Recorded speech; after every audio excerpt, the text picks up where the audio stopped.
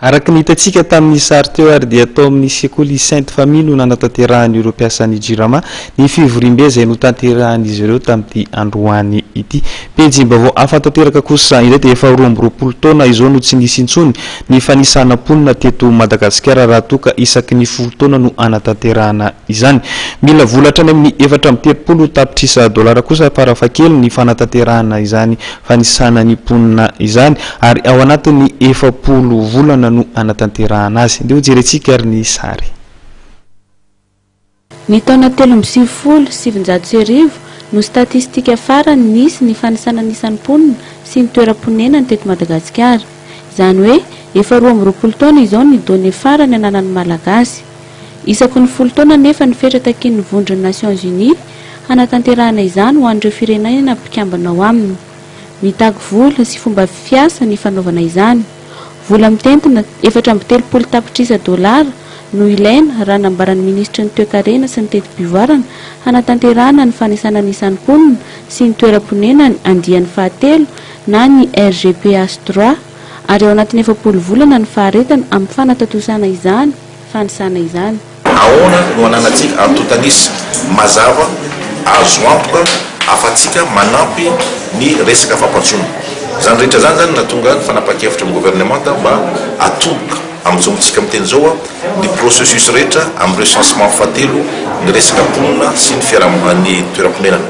Ny androany zany dia misy ny conseil national statistique izay mivory voalohany izay anapakevitra ny zavatra arosony comité technique. Anisan'izany ohatra hoe rehefa anao recensement tsika ahoana ny méthodologie ny fomba hitondrantsika ny recensement tsika ho ataontsika taratasy toy ny mazatra ve le izy sa iroso atsika amin'ny fampiasana ny teknolojia vaovao ary rehefa ampiasa ny teknolojia vaovao itsika ho ataontsika zato isanjato ny teknolojia vaovao izy sa ny ampany atao teknika mazatra atsika taratasy loha ny ampany anaovantsika ny teknolojia vaovao tablette ohatra.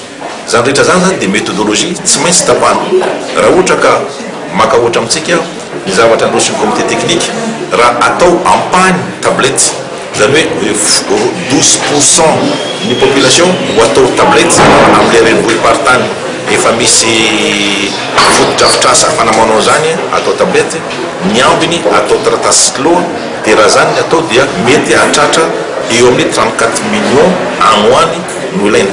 Nanatanteraka fivoriana voalohany ny filakevitra nasionaly ny fanisana na ny conseil national du recensement CNR androany tetsy amin'ny MDLC ho fanatotosana ny RGPH 3.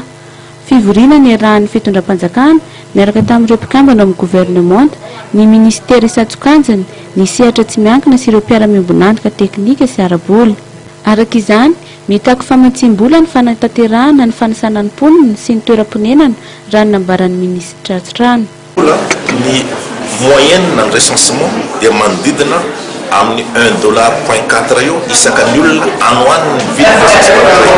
Ahoana 22 millions zany no isan'ny gasy dia farafaratsiny 22 millions fois 1.4 no ilaina. No zany zany fampitsim-bola.